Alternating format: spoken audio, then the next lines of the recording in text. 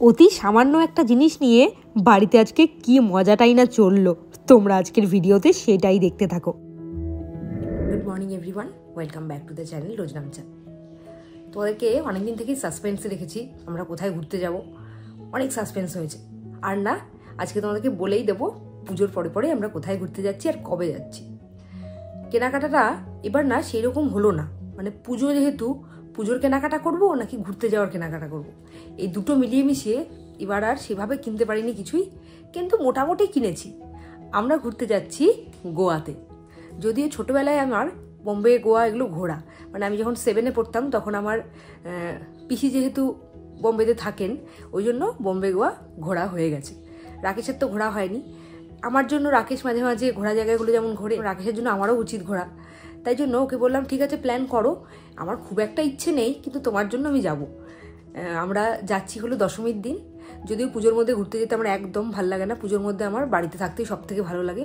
কিন্তু রাকেশের যেহেতু ছুটি পায় না, ওই পুজোর ছুটি আর গরমের ছুটিতে কয়েকটা দিন, এই দুটো ছুটি ছাড়া ছুটি পায় না, তাই জন্য আমাদেরকে এই টাইমটাই বেছে নিতে হয়েছে। আমারও তাই, আমারও স্কুলটা ওই গরমের ছুটি আর পুজোর ছুটির সময় থাকে, কিন্তু আমার ছুটিটা 1 মাস থাকে, কিন্তু রাকেশের তো অতগুলো দিন ছুটি পায় না, তাই জন্য ওই পুজোর মধ্যেই আমাদেরকে ঘুরতে যেতে হচ্ছে। আর আরেকটা ব্যাপার হলো, এর আগের বার যখন আমরা ঘুরতে গেছিলাম, মানে ছোটো ছিলাম যখন, তখন বোম্বে গোয়া ঘুরেছি ঠিকই, কিন্তু পুনের লোনাভালা সেগুলো ঘোরা হয়নি। এবার উপরি পাওনা ওই জায়গাগুলো দেখার জন্য এক্সাইটমেন্ট আমার তুঙ্গে। আর কয়েকটা দিন, মানে 1 মাসও নেই, আমরা দশমীর দিন যাচ্ছি। মানে পুজো তো চলেই এলো, আর দশমী মানে 2 তারিখ হয়তো হবে। চলো আজকে দিনটাকে শুরু করি। জানিয়ে দিলাম তোমাদের আমরা কোথায় যাচ্ছি। তোমরা পুজোর মধ্যে কে কোথায় যাচ্ছ আমাকে একটু জানিও। দিনটাকে শুরু করে দিই, দেখতে থাকো সারাদিন কী করি। সেই কবে রাকেশ অফিস থেকে এই গিফটটা পেয়েছিল, তারপর থেকে এটা এখানেই পড়ে আছে। আমি ভাবলাম আজকে এটার একটা ব্যবস্থা করতেই হবে। এটার ব্যবস্থা তো করব, কিন্তু তার আগে এই ঘরটার ব্যবস্থা করি। ঘরটার যা অবস্থা করে রাখে না রাকেশ আর ঝনক মিলে, মানে একটা লোক এলে মান সম্মান একেবারে ধুলোয় মিশে যাবে। রাকেশ আর ঝনক মিলে কেন বললাম বলো তো? সোফাটা সাধারণত ওরাই ব্যবহার করে, আমি মোটেই সোফায় বসি না। ওরা দুজনেই সোফার মধ্যে কখনো বসে, কখনো আধ শোয়া হয়ে থাকে, তো কখনো পুরো শুয়ে পড়ে। সেই কারণেই এই সোফাটা আমার কখনোই গুছিয়ে রাখা সম্ভব হয় না। এই যে এখন গোছাচ্ছি, আর 1 থেকে 2 ঘন্টার মধ্যে আবার যেইকে সেই হয়ে যাবে। সোফাটা ওপর তো আমি পরিষ্কার করে দিই, কিন্তু সোফাটাকে টেনে নিয়ে পিছন দিকটা পরিষ্কার করা একদমই হয় না। পুজোর আগেটাতে একজনকে ডাকি, উনি কিন্তু ঘর পরিষ্কার করাতে ওস্তাদ, তবে এত পরিষ্কার করার বহর উনার যে একটা ঘর এত নিখুঁত করে পরিষ্কার করে, দিন গড়িয়ে গিয়ে সন্ধে হয়ে যায়, তাও ওনার কাজ শেষ হয় না। যেমন ফ্যান, ঘরের জানলার গ্রিল, এইসব আর কি। আর ঘরে আনাজ কানাচ একেবারে ঝেড়ে সাফ করে দিই পুজোর আগে। এবছরও করাবো, কিন্তু কবে করাবো এখনও ঠিক করতে পারছি না। দেখি যেদিন ছুটি আছে সেই দিনই ভাবছি ডাকবো।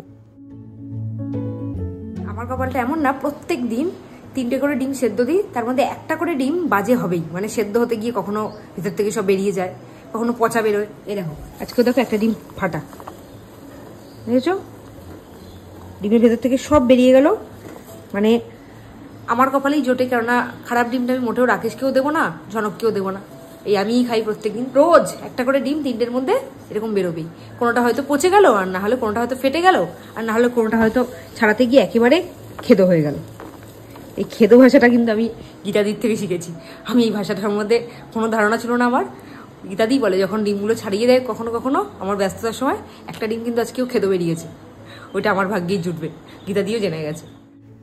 রান্নাঘরের কাজকর্ম সেরে এসে গেলাম এটা আনবক্সিং করতে। আমি যখন বললাম এটার একটা ব্যবস্থা নিতে হবে, তোমরা কি ভাবলে? এটাকে আমি তুলে রেখে দেবো? একদমই তুলে রেখে দেবো না। রাকেশ এখন ঘুমোচ্ছে, আমাকে বাধা দেওয়ার কেউ নেই। ও থাকলে হয়তো বাধা দিয়ে বলতো ওটিজিতে তো আছেই, আবার এয়ার ফ্রায়ারটা বের করার কি হয়েছে, এটা তুলে রেখে দাও।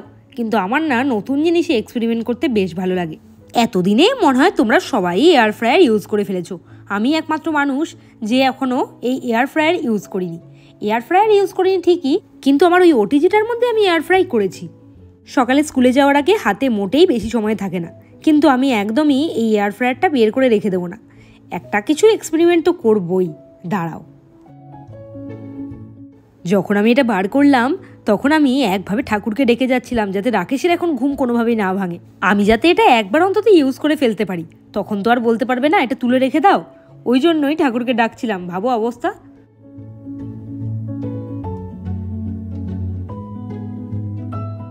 গতকালই তোমাদেরকে বললাম আমার কিচেনটা ওপেন কিচেন হলেও জায়গা একদমই শর্ট, আর প্লাগ পয়েন্টও মাত্র একটা। তাই দেখি এটা কোথায় রাখা যায়। আপাতত এখন এখানেই থাক। ঝনকের জন্য আজকে ওর টিফিনটাই আমি এতে বানাই। ঝনকের খাবার দিয়েই আমার এয়ার ফ্রায়ার উদ্বোধন হোক। দেখেই বুঝতে পারছো কি বানাবো। সবচেয়ে সহজ জিনিস এয়ার ফ্রায়ারে মানুষ যেটা বানায়। আলু নিয়ে এসে গেছি, আলুটা ধুয়ে নিয়েছি, এবার ছালটা ছাড়িয়ে নিচ্ছি। আমি বানাবো ফ্রেঞ্চ ফ্রাই।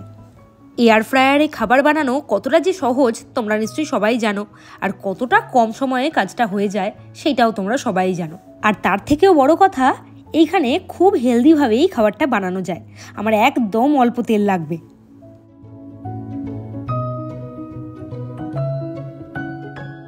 ঝনকের কিন্তু আবার মুখে বেশ টেস্ট আছে। ওকে যেমন তেমন করে বানিয়ে দিলে চলবে না, তাই জন্য একটু টেস্টিভাবেই বানাবো। প্রথমে আলুগুলো নিয়ে তার মধ্যে একটু দিয়ে দিলাম সামান্য পরিমাণে ঘি, অবশ্যই টেস্ট বাড়ানোর জন্য। আর তারপরে দিলাম খুবই অল্প পরিমাণে অলিভ অয়েল, তারপরে দিলাম অল্প করে চাট মশলা, আর তারপরে দিলাম নুন, আর সব শেষে টেস্টটাকে ব্যালেন্স করার জন্য দিলাম অল্প করে জ্যাগরি পাউডার। ব্যাস, আমার সব রকম ইনগ্রিডিয়েন্টস দেওয়া হয়ে গেল। এইবার এটাকে হাত দিয়েই ভালো মতো মেখে নেব। আমার আবার বাবা ওইসব চামচ টামচ চলে না, সব কটা আলুতে যাতে সমানভাবে মশলাটা মেখে যায়। ব্যাস, আমার কাজ শেষ। এই পর্যন্ত ছিল আমার কাজ। এবার যা কাজ সেটা করবে এয়ার ফ্রায়ার। এটা বের করে দেখলাম এর ভেতরে একটা সিলিকনের ব্রাশও দিয়েছে। তবে আমার কাছে সিলিকনের ব্রাশ আগের থেকেই ছিল, তাই জন্য এটার ইউজ করবো না, এটা থাক। এটার ভেতরে আগে আমি অ্যালুমিনিয়াম ফয়েল ভালো মতো মুড়িয়ে নেব। এমনি করলেও হয়, কিন্তু তাতে না এয়ার ফ্রায়ারটা খুব নোংরা হয়ে যায়, আর সেইটা পরিষ্কার করতে খুব বেগ পেতে হয়। তাই জন্য আমি যখন ওটিজিতে কাজ করতাম তখনও তাই করতাম, এখনও তাই করব। এই ফয়েলটা আমার কেনাই থাকে। এটা দিয়েই ভালো মতো মুড়ে নেব, যাতে পরে আমার খাটনিটা অনেকটাই কমে যায়। আজকে আলু দিয়ে এটার হাতে খড়ি সেরে ফেললাম। এরপরে একদিন মন ভরে চিকেন ফ্রাই খাবো। দাঁড়াও, রাকেশকে এর মধ্যেই একদিন বোনলেস চিকেন আনতে বলবো, আর মন ভরে বানাবো আর মন ভরে খাবো। তোমাদের সাথেও শেয়ার করব, তবে তোমরা লোভ না দিলে। খুবই সামান্য একটু অয়েল ব্রাশ করে দিলাম, তারপরে এর ওপরে ছড়িয়ে দেবো ফ্রেঞ্চ ফ্রাইগুলো। এখনও ফ্রেঞ্চ ফ্রাই হয়নি, এখন হলো এগুলো কাঁচা আলুগুলো।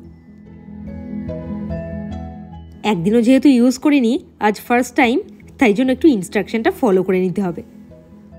ইউটিউব দেখে ইনস্ট্রাকশন ফলো করে শেষমেশ এটাকে অন করতে সক্ষম হয়েছি। এটা হতে থাক, ততক্ষণে আমি ঝনককে তুলে ফেলি। ঝনক তো প্রথমে কিছুতেই ঘুম থেকে উঠতে চাইছিল না। তারপরে কি বললাম বলো তো ওকে? বললাম যে তোর জন্য একটা খেলনা নিয়ে এসেছি, চল তাড়াতাড়ি দেখবি।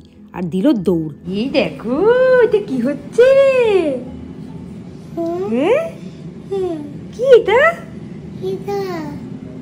ও আর কি করে বলবে, ও তো আগে দেখেইনি এটা কি জিনিস, বুঝবে কি করে? তবে এটা দেখানোর পরে ওকে আমি শিখিয়ে দিয়েছি এটাকে কি বলে।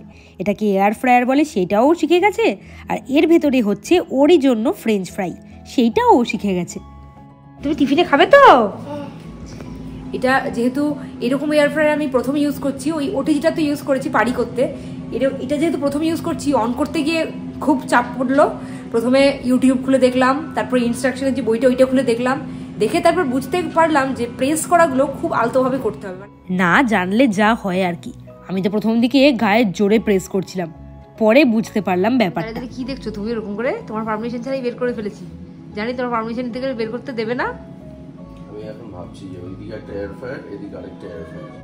আমি জানতাম ঘুম থেকে ওঠার পর ওর এক্সপ্রেশনটা এইরকমই হবে, তাই জন্যই আমি ঠাকুরকে ডাকছিলাম যাতে ওর ঘুমটা না ভাঙে। যাক, এখন তো কাজ করে ফেলেছি, নিজের কাজ সেরে ফেলেছি, এখন আর এসব বলে কোনো লাভ নেই। আমি এটাও ইউজ করব, ওইটাও ইউজ করব। ঘুম ভাঙার সাথে সাথেই যেহেতু খেলনার কথা বলেছিলাম, এদের কথা ভুলে গেছিল। যখন দেখলো খেলনাটা খুব একটা জুতের না, মানে এয়ার ফ্রায়ারটার কথা বলেছিলাম তো, তখন আবার ঠিক খুঁজে খুঁজে নিয়ে এসছে এই দুজনকে। নিয়ে এসে আদর করা হচ্ছে আর কোলে নিয়ে ঘুরে বেড়াচ্ছে।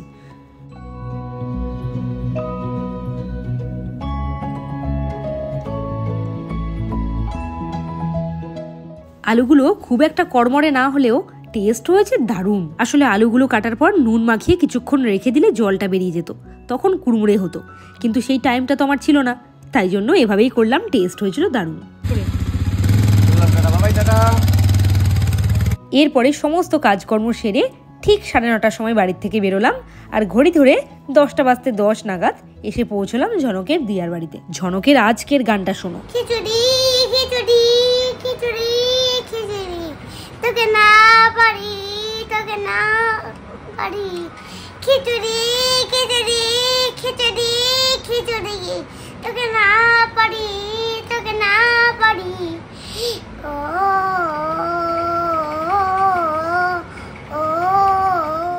ঝনক তো সবসময় এইরকমই করে, গানের সুর ওর একেবারে ভালো মতো মুখস্থ হয়ে যায়, কিন্তু লিরিক্স ও কিচ্ছু বোঝে না। যা ইচ্ছে হয় নিজেই বানিয়ে নেয়, তারপরে এভাবে গান করতে থাকে সারা দিন। তোকে না পারি, তোকে না পারি। ও ঝনককে ওর বাবা শিখিয়েছে ওয়াটার বোতলটা সবসময় এভাবে নিতে। আর তোমাদের যাদের যাদের এরকম ছোট্ট বাচ্চা আছে, তোমরাও কিন্তু ওদেরকে এভাবেই শিখিও, তাহলে গলায় কখনো পেঁচিয়ে যাওয়ার ভয়টা থাকবে না, হাতের মধ্যে প্রেশারটা পড়বে। দেখো না কি সুন্দর করে নেয় ও জলের বোতলটা। স্কুলে যাওয়ার আগে প্রত্যেক দিনই ফলের রসটা ও খেয়ে যায়। আর এখন ঝনকবাবু ওয়েট করছে রস খাওয়ার পরে ঢেকুর ওঠার জন্য। হচ্ছে না।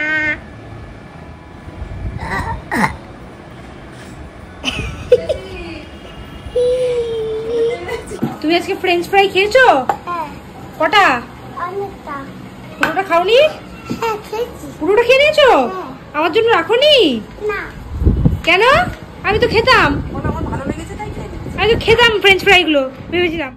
ছেলের আমার জিভের টেস্ট আছে, যেদিন দেখবে একটু টেস্টি খাবার বানিয়ে দিয়েছি পুরোটা খেয়ে চলে আসে, আর যেদিন দেখে টেস্টি খুব একটা হয়নি সেদিন অর্ধেক ফিরিয়ে নিয়ে চলে আসে। স্কুল থেকে ফিরে ড্রেস চেঞ্জ করে ফ্রেশ হয়ে ঝনক লেগে পড়েছে মনি আর কোলাজ ভাইয়ের সাথে গল্প করতে। ভাই, আর লোকনাথ বাবার মন্দিরটা বন্ধ কেন হয়ে গেল? রাত হয়ে গেছে বলে। লোকনাথ বাবা কি ঘুমিয়ে পড়েছিল? হ্যাঁ। আর গঙ্গায় লোকনাথ বাবাকে আমি চুপ করো, যখন আমি গঙ্গায় গিয়ে যাচ্ছিলাম তখন যেতে গিয়ে আমার একটা লাল চোখ ছিল। ঝনকের জন্য এই লাল চোখটা কিন্তু বেশ এফেক্টিভ হয়েছে। কোনো ব্যাপারে ভয় দেখাতে হলেই এটা দিয়ে আমরা ভয় দেখাই, আর ওর মনে সেটা গেঁথেও যায়। সন্ধে হয়ে গেছে, রাকেশ তখন অফিস থেকে ফিরে গেছে। এইবার ঝনককে নিয়ে পড়তে যাওয়ার পালা। তার আগে ওর কাণ্ড দেখো। কি এটা বলো? এটা খাবার। কি জিনিসটা কি? দাও, এটা খেতে হবে এটা না। ওয়াটারমেলন। আমাদের বাড়ির উল্টো দিকের বাড়ির কাকু ঝনককে খুব ভালোবাসেন, আর ঝনককে দেখলেই উনি কখনো বিস্কিট, কখনো ললিপপ, কখনো চকলেট এইসব কিনে কিনে দেন। আর আমি যেহেতু ললিপপ খেলে বকি, ওই জন্য ললিপপটা যখন গিফট হিসেবে পেয়েছে তখন লুকিয়ে লুকিয়ে নিয়ে এসেছে দুজন মিলে, আর চোরের মতো বারবার আমার দিকে তাকাচ্ছে। তারপরে কাণ্ড দেখো ওর। ললিপপটা আমি খেতে বারণ করেছি বলে ও খায়নি ঠিকই, কিন্তু সারা রাত ওইটাও হাতে রেখেছে একভাবে। পড়তে গেছে তখন হাতে, বাড়ি ফিরেছে তখনও হাতে, রাত্রে ঘুমিয়েছে তখনও পর্যন্ত ওটা ওর হাতে ছিল।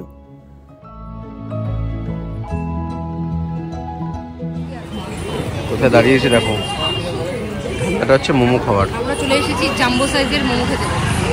একদম হ্যাঁ, জাম্বো সাইজের মোমো পাওয়া যায়, 10 টাকা পিস, মানে 50 টাকা প্লেট। কিন্তু আমরা 50 টাকার প্লেটে শান্ত থাকিনি, 80 টাকা নিচ্ছি। মোট 8টা খাবো, চারটে করে। 20 টাকা বাঁচাবো, কালকে আমার টোটো ভাড়া লাগবে। এই মোমোর দোকানটা কোথায় তোমরা চাকদার সবাই মোটামুটি চেনো। আর মোমোর মধ্যে যে স্টাফিং দেয়, এই স্টাফিং মনে হয় চাকদায় আর কোনো দোকানেই দেয় না, আমার তো তাই মনে হয়। আর মোমোগুলোর টেস্টও তেমন দারুণ। এই হ্যাংলার অবস্থা দেখো, কি চারটে যদিও ভাগ করে দিয়েছে, কিন্তু 3টে 5টা করে খাওয়া হবে। মানে তুমি 5টা, তুমি 5টা, আমি 3টে। শিওর তো?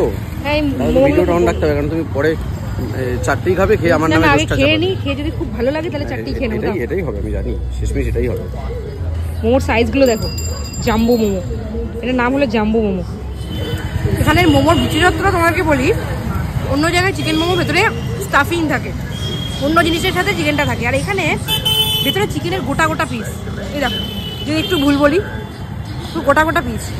এই জন্য এখানে মানে এটা এত ভালো লাগে। আর তার সাথে কত রকম জিনিস দিয়েছে দেখো, মেয়োনিজ, 2 রকম চাটনি, মানে দারুণ খেতে, দারুণ, অসাধারণ, হেভি খেতে।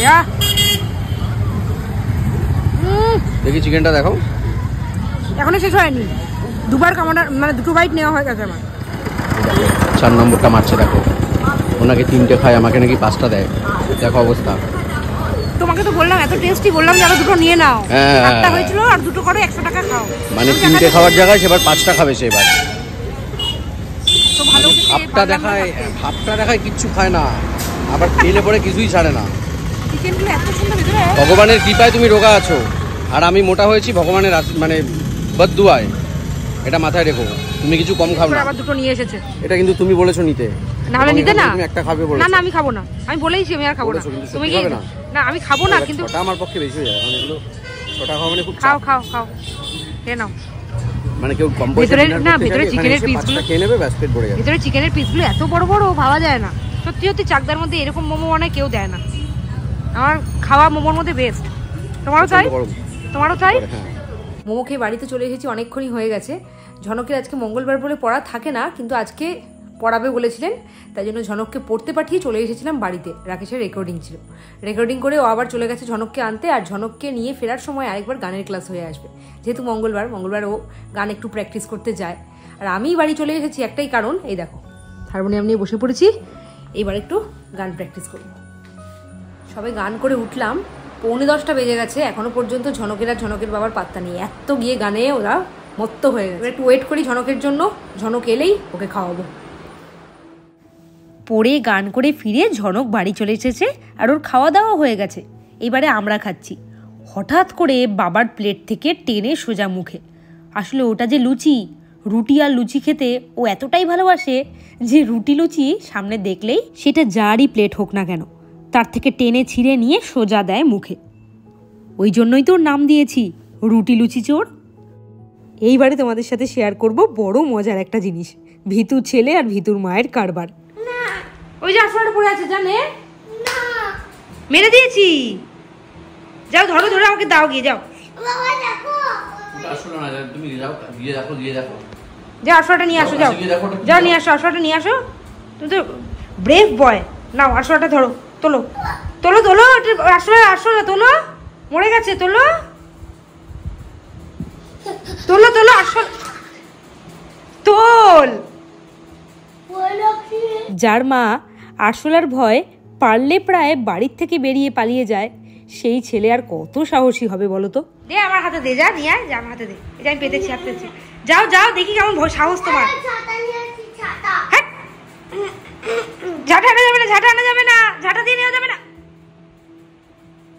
দেখ গিয়ে ওটা কি দেয়া, সামনে থেকে গিয়ে দেখ, ধরতে হবে না, যা গিয়ে সামনে থেকে দেখ। ঝাঁটা আনবে না কিন্তু, ওটা ঝাঁটা দিয়ে ইয়ে করা জিনিসটা দেখো। ছাতা। তুমি ওটা ওটা আসো, তুমি কাছে আসো, কাছে আসো, এখানে আসো, আমার কাছে আসো, আমার কাছে আসো। কি এটা, কি এটা, কি? তোমরা নিশ্চয়ই বুঝে গেছো এতক্ষণে এটা কি। এটা হলো একটা খেজুর। এনে আসো, রানে